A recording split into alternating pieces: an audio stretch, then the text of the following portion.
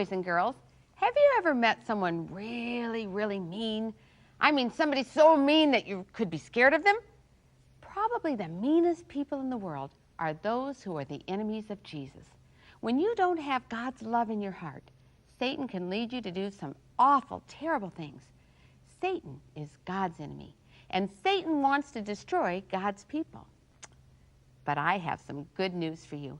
Even though there is a terrible battle going on between Satan and his evil forces fighting against God, God is stronger. And in the end, God will win the battle between good and evil. And that is good news, isn't it? Today in our Bible story, you are going to meet the meanest woman in the Bible. She hated God and she wanted to destroy God's people. She was so mean that even her servants were afraid of her. In fact, she was so mean, her very husband, who was the king, was terrified of her. She was indeed a wicked, wicked queen. Do you know who I'm talking about? I'm not going to give you any more hints, but you're going to want to keep watching to see what lesson God tries to teach this very mean woman. But right now, let's see what Ranger Rod is going to show us.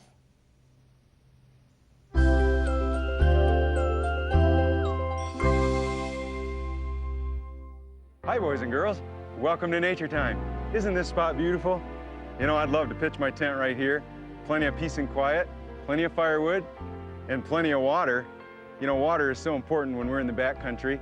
Not only is it fun to play in and is it fun to fish in, but it's also very important for washing and for cooking, most importantly, for drinking.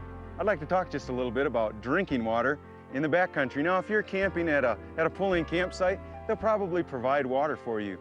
But if you're on a backpack trip or a hiking trip, it's so important to stay hydrated. That means to drink plenty of cold, fresh water. You're going to want to be able to do that on your hiking trip so that you don't get dehydrated, get extra tired, and get into some kind of trouble for it. Boys and girls, water is one of the most important things that God has given us for our bodies. I want to talk just for a minute about cooking. If you need to cook or bathe in the water that you find in the backcountry, always be sure that your cooking water or your dishwater that you wash your dishes with, that you boil it. If you take it right from a stream or from a lake, make sure that it doesn't have a source of pollution that's coming into the river or coming into the lake. Boil your water for a couple of minutes. It's safe then to wash your dishes and then to cook with. Also, if you're going to bathe in that water, make sure that it comes from a clean source. And never, boys and girls, I know that most sporting goods stores sell what they call a biodegradable soap, and we should use it in the backcountry. But it's not safe to put the suds or put this soap directly into the water source.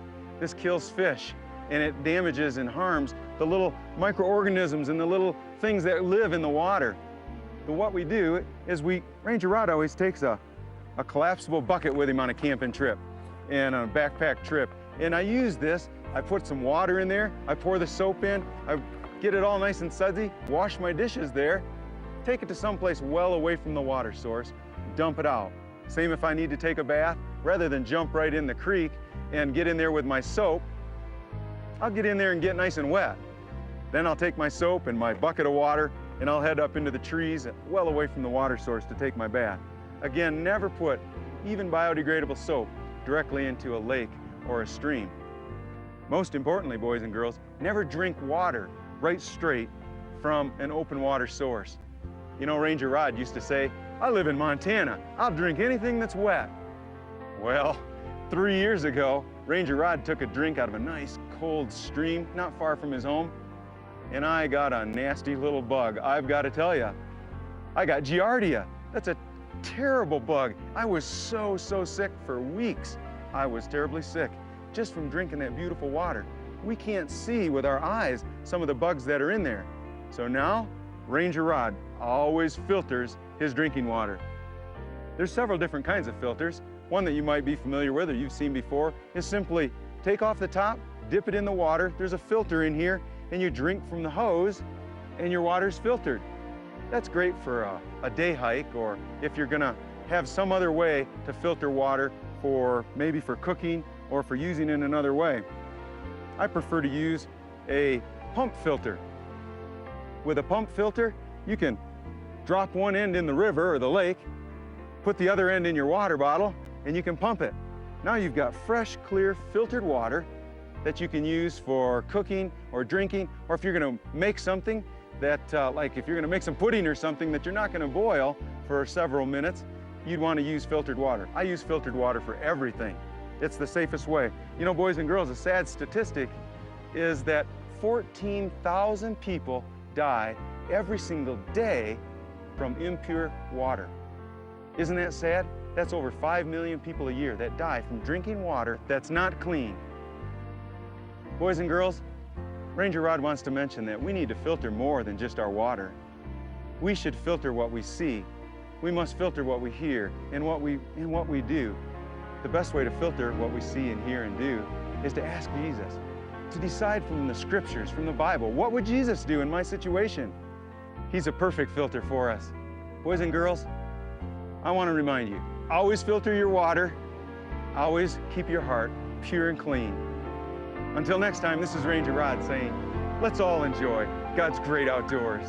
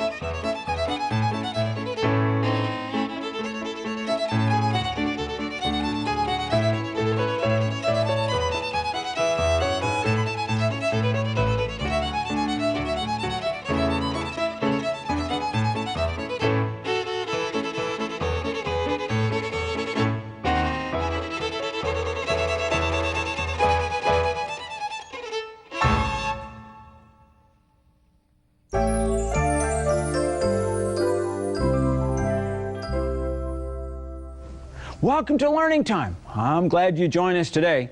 You know, I've got a question for you. Have you ever gotten a stain on your clothes? Yeah! Well, you can be in a whole lot of trouble if you stain your clothes, and I've got 3 helpers with me. We're going to find out about stains today. And I've got Danielle over here. Now, Danielle, have you ever, do you know what it is to make something disappear? Yeah. Well, what happens? Well, you don't see them anymore. You just don't see them anymore. That's exactly right. And that's what I want my stains to do if I ever get them on my clothes. And I have a Kashan over here. Now, let me ask you a question. Have you ever stained your clothes? Yes. Oh, what did you get on your clothes? Mud. Food. Your food. You know that food can stain your clothes. How many of you ever stain your clothes by putting food on it?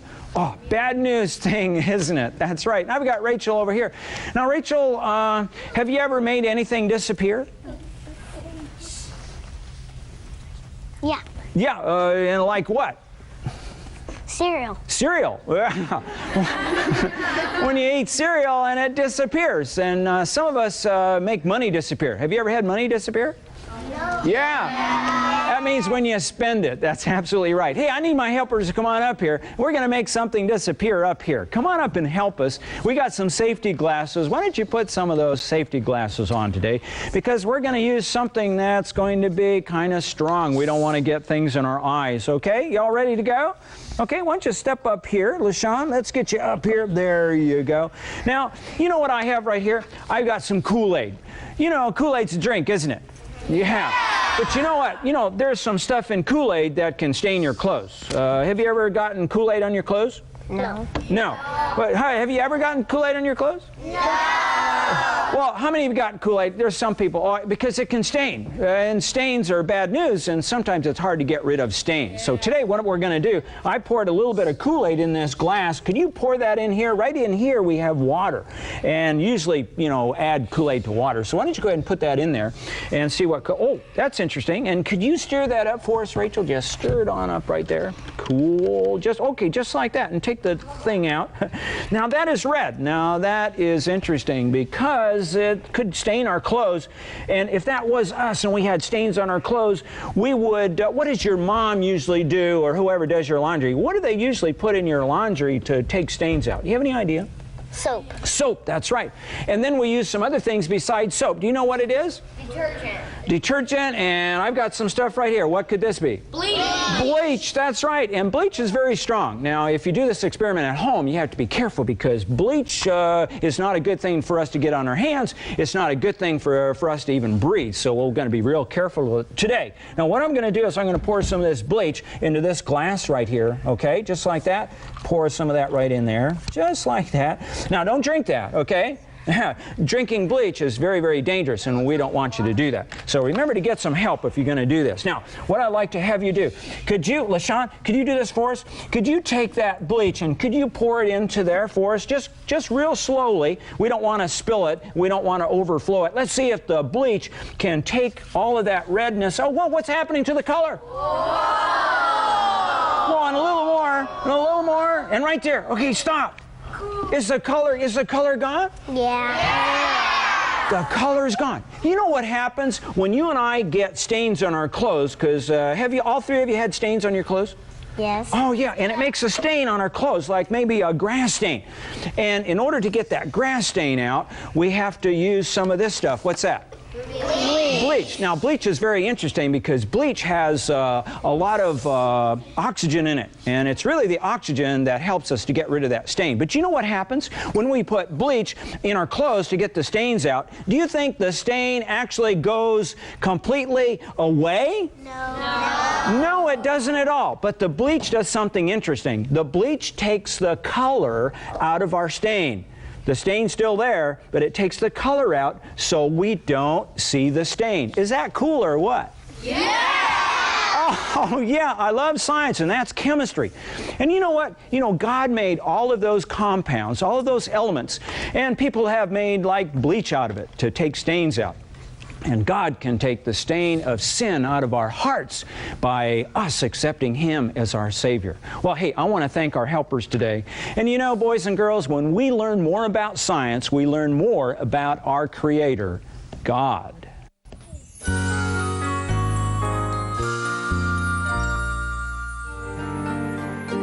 Where is the king? I've been waiting for him. Queen Jezebel is going to blame me for this. I know it. I just know she will. Make way as the king enters the palace. About time. Your Majesty, I'm so glad that you're here. Guard, assist him. Tell me, how did it go on Mount Carmel? It was an incredible day. In all my life, I've never witnessed such an event. Wonderful. We heard a little bit about it here at the palace, but listen, we have a problem, Your Majesty. A problem? Yes, Queen Jezebel is very upset about something. Oh. She's been ranting and raving around the palace all day long, making everyone miserable. No. Yes, and she is demanding your presence immediately. No. We must not keep her waiting. Oh, Your Majesty, you look good. She can't defy you this time. Oh, but I'm confident she will find a way. I've been waiting all day for King Ahab. I wait for no one. Do you hear? I wait for no one! Yes, my lady. What have you got there? bread, my queen. It's freshly baked today. Bread. Stale bread? You would dare serve my me most humblest stale apologies, my bread? queen. How dare you! Forgive Letta, me. fix my cape. Yes, I'm gonna get me some new servants around here. I can't believe it. Oh, I can't stand this. Get this mess cleaned up. Get it up cleaned up now. I can't stand it. Oh, Sorry, my queen. Is that you, Ahab, I hear? Is that you? Yes, my queen. My queen.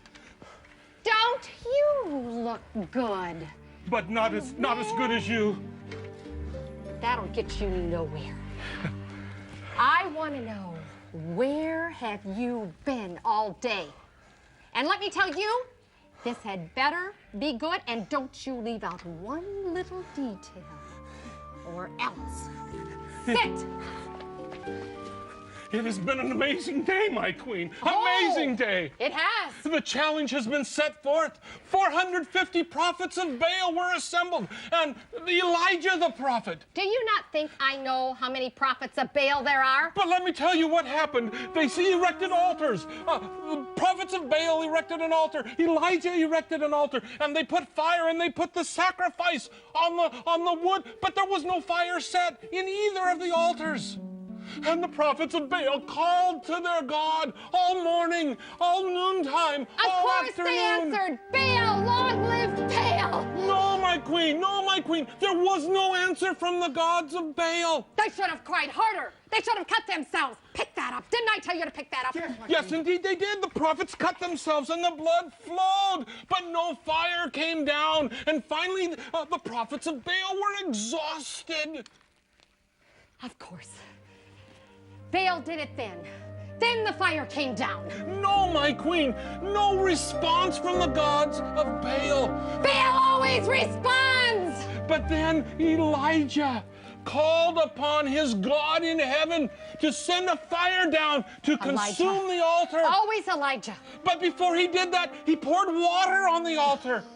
What a fool! My queen, not once, not twice, but 3 times they poured water. Water flowed off the altar. It sounds like something Elijah would do. It was in the trenches flowing down from the altar. Then he prayed to his God in heaven.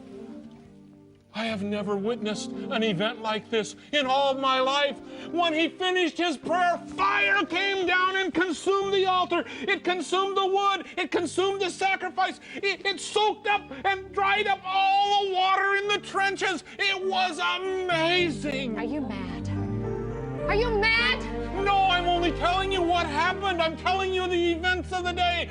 Elijah's God sent fire down. So what did Baal do? What did my prophets do? They could do nothing. Nothing? They could do nothing. No gods responded. You're telling me that they stood by there and did nothing? I'm going to have a talk with them.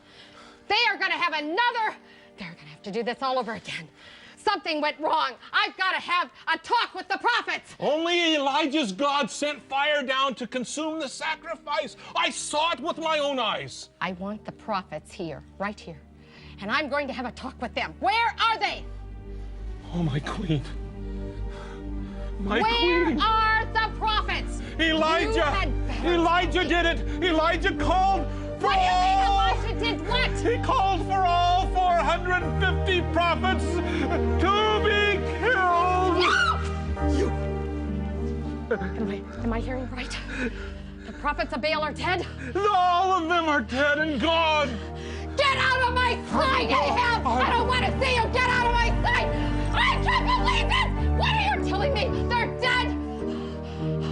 He's gotta pay. He's gotta pay. Sorry, my Stand up! When I talk to you, stand up! Sorry, my lady. I want you to go find Elijah. Yes, I my don't care queen. where you have to look. Yes, I my queen. want you to tell him by this time tomorrow. Yes. Elijah is going to die. Do you hear me? Yes, my queen. Elijah is going to die.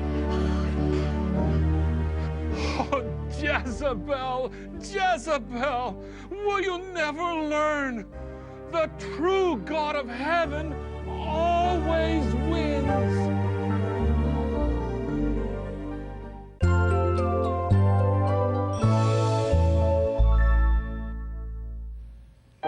Memorizing Bible verses is fun. Try it. 24, 8 to 13. Oh, taste and see that the Lord is good. Blessed is the man that trusted in him. Oh, fear the Lord, he is saints, for there is no want to them that fear him. The young lions do lack and suffer hunger, but they that seek the Lord shall not want any good thing. Come, ye children, hearken unto me. I will teach you the fear of the Lord. What man is he that desireth life and loveth many days, that he may see good? Keep thy tongue from evil and thy lips from speaking guile.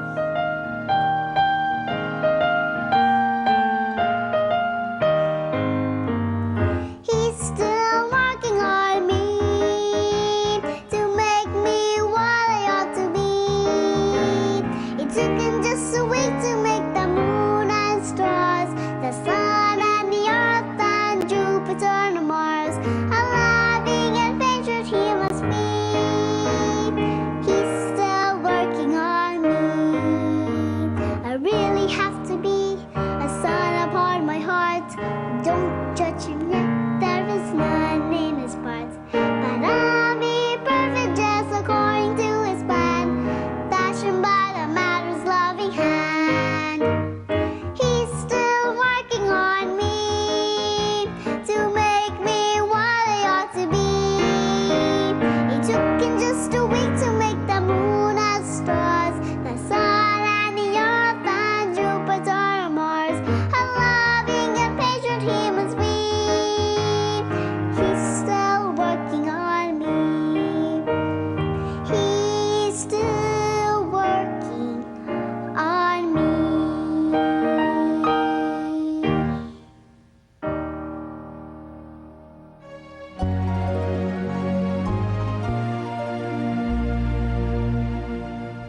Hi, boys and girls. It's time for Miss Brenda's Book of the Day. And today's book is called The Case of the Secret Code by Jerry D. Thomas, Book 2. It's one of the Shoebox Kids books. Boys and girls, this is an awesome book. I happen to be a personal friend of Jerry Thomas, and I know for a fact that he is one incredible author. You will want this book. Well, I want to introduce you to not one, not two, but three very special guests I have today. Meet Ananda, Jordan, and Patricia. Thank you for being on Kids Time today, girls. Let me ask you, what do you do to share Jesus? We share gift baskets. Gift baskets. And I can see you've got one here that you brought with you, and you've got lots of toys and things in it, but what else do you have in that basket? Books that share Jesus. Books that tell about Jesus?